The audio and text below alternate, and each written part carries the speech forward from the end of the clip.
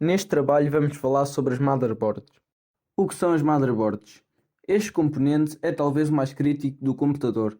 Trata-se de uma placa normalmente retangular preenchida com vários circuitos, chips e slots que permitem conectar outros elementos à placa-mãe. Esta trata-se da legenda de uma motherboard. Agora vamos falar de alguns tipos das motherboards. As motherboards podem ser Extend ATX, ATX representadas como na imagem anterior, Micro ATX e Mini ITX. De um modo geral, quanto maior for a sua dimensão, mais elementos podem ser instalados. Atualmente as placas AT estão ultrapassadas e as mais comuns são as do tipo ATX. A ponte norte permite a comunicação entre a CPU e a memória do sistema. Também chamada de MCH, este chip encontra-se próximo do processador e comunica diretamente com ele, exercendo funções como controlador de memória, controlador de barramento AGP ou PCI Express X16, interface para transferências de dados como a ponte sul. Já a ponte sul, distante do processador, comunica diretamente com a ponte norte, conhecida também por ICH. É responsável por controlar dispositivos on-board e de entrada e saída como disco rígido, portas USB paralelas e série, som em rede on-board, barramento ICH, PCI e PCIe, BIOS e RTC. Agora vamos falar de alguns slots e conectores, como por exemplo o Super I/O. Este chip lida com dispositivos de entrada e saída mais lentos e menos importantes, como rato e teclado PS2, controlador de stacks e etc. Outro slot é o slot PCI. Este barramento antigo é utilizado para instalar componentes como placas de rede de som e modo. É neste slot PCI que é instalada a placa gráfica. Em algumas motherboards é possível colocar duas gráficas em SLI, isto é, pode comprar e instalar duas do mesmo modelo para aumentar o poder de processamento de gráficos. Logicamente, a motherboard terá que suportar SLI. Normalmente apenas gamers ou pessoas que trabalham com edições gráficas o fazem, mas nos dias que correm, uma só já é capaz de atender as mais existentes.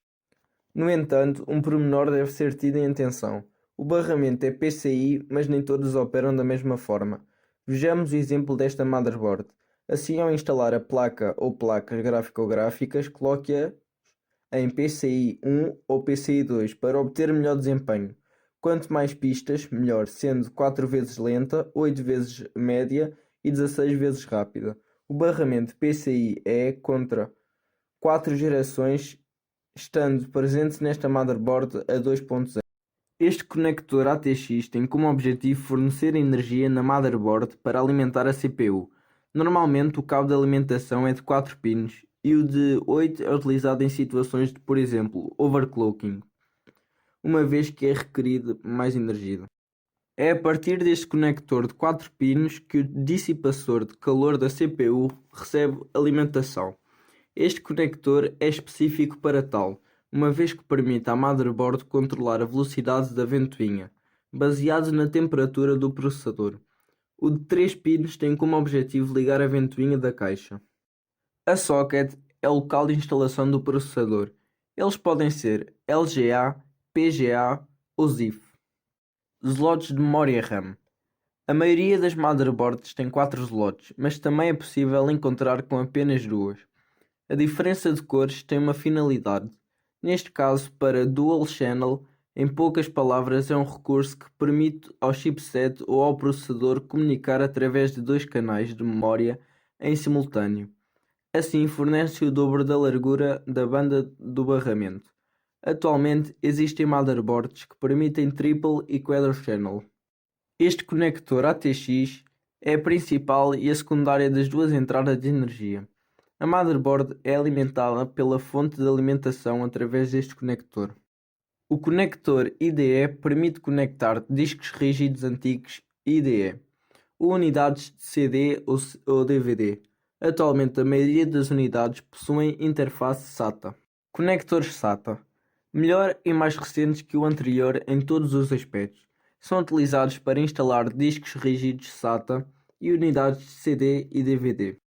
As BIOS são um software especial chamado de firmware armazenado num chip especial soldado na motherboard, cujo seu objetivo é carregar o hardware básico, além de verificar se os componentes instalados estão operacionais.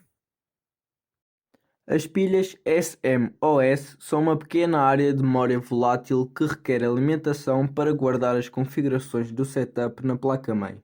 Os headers são conectores com vários pins que permitem ligações adicionais no computador, como por exemplo mais portas USB.